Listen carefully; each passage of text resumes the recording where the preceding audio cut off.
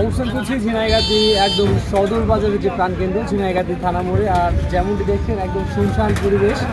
আসলে গত রাত থেকেই কিন্তু ঝিনাইগাতির আশপাশের এই অঞ্চলে বৃষ্টি হচ্ছে, গুড়ি গুড়ি বৃষ্টি হচ্ছে, সেই সঙ্গে টানা বর্ষণে ঝিনাইগাতির আমি গতকালকে যেমনটি দেখাইছিলাম যে ঝিনাইগাতি সদর বাজারের মানুষজন কিন্তু টোটালি একদম নাই বললেই চলে। এখন 10টার পরেও এখন পর্যন্ত কিন্তু ঝিনাইগাতি সদর বাজার টোটালি হচ্ছে একদম মানুষ শূন্য।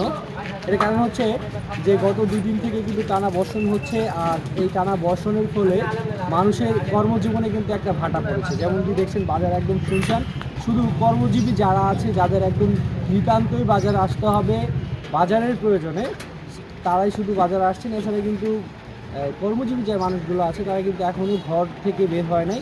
কারণ হচ্ছে এখনও গুড়ি গুড়ি বৃষ্টি পড়ছে।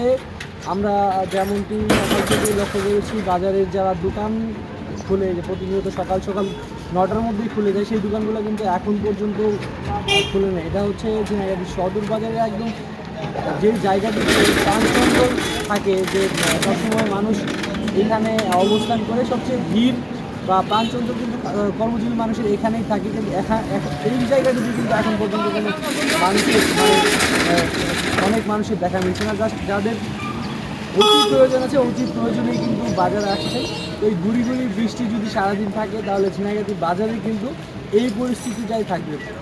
বিগত বছরগুলোতেও যেমনটি দেখেছি বর্ষার সিজনে এই সময়টাতে কিন্তু এই পরিস্থিতিটা বিরাজ করে। আমাদের মহায়সী নদীতে পানি আসে, আর বাজার বা আশপাশের এলাকায় কিন্তু স্থবির হয়ে যায়।